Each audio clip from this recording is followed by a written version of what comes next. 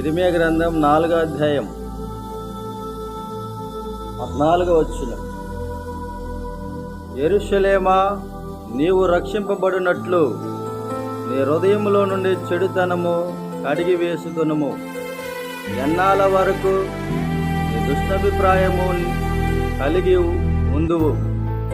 దేవుడు సెలవిచ్చిన వాక్యం.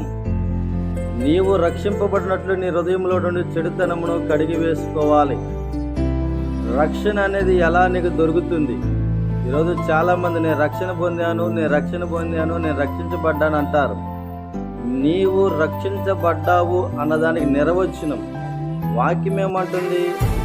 నీ హృదయంలో నుండి చెడుతనమును కడిగి వేసుకున్నప్పుడు నీవు రక్షించబడినట్లు అర్థము.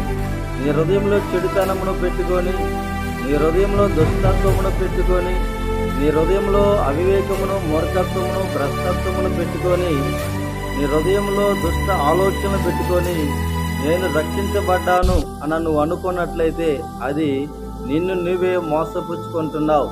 నీ హృదయంలో ఉన్న చెడుతనమును, దుష్టత్వమును కడిగి వేసుకున్నప్పుడు, నీ హృదయంలో ఉన్న భ్రష్టత్వాన్ని, మూర్ఖత్వాన్ని, అవివేకమును, దురాలోచనలు కడిగి వేసుకున్నప్పుడు అప్పుడే నీవు రక్షించబడినట్లు దేవుని వాక్యం సెలవిస్తుంది.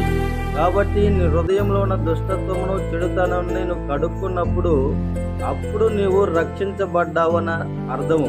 కాబట్టి చాలామంది హృదయంలో చెడుతనం పెట్టుకొని నేను రక్షించబడ్డాను అనుకుంటారు. అది నీ దురాలోచన, మూర్ఖపు ఆలోచన, మూర్ఖత్వం. కాబట్టి నీవు రక్షించబడాలంటే, పరలోకానికి వెళ్ళాలంటే, నిత్య జీవము పొందాలంటే నీ హృదయంలో ఉన్న ప్రతి పాపాలను నువ్వు కడుక్కోవాలి. హృదయంలో ఉన్న దుష్టత్వము, హృదయంలో ఉన్న చెడుతనము ఏమిటి? మార్కు సువార్త 7వ అధ్యాయమును దేవుని వాక్యం ఏమని సెలవిచ్చింది?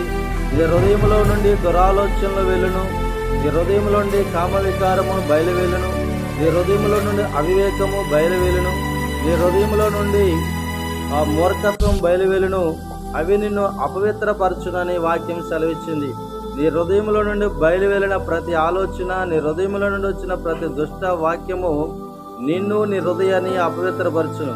కాబట్టి నీవు అపవిత్రుడివే కానీ పరిశుద్ధుడు కాదు. వాక్యం చేత నీ హృదయంలో చెడుతనాన్ని నువ్వు కడిగి వేసుకున్నప్పుడు నీవు పరిశుద్ధుడువు, పవిత్రుడు. అప్పుడే నీకు రక్షణ దొరుకుతుంది. రక్షణ ఊరకనే దొరకదు. రెండోది, నీ హృదయంలో చెడుతనాన్ని కడిగి వేసుకున్న తర్వాత మార్కు సువార్త దేవుని వాక్యం ఏమంటుంది? నమ్మి బాప్తిసం పొందినవాడు రక్షింపబడును. రెండోది, రక్షణ అనేది నమ్మి బాప్తిసం పొందుకున్న తర్వాత నీకు కలిగేది రక్షణ. మొదటిగా నీ హృదయంలో చెడుతనాన్ని కడిగి వేసుకున్నప్పుడు నువ్వు రక్షించబడతావు.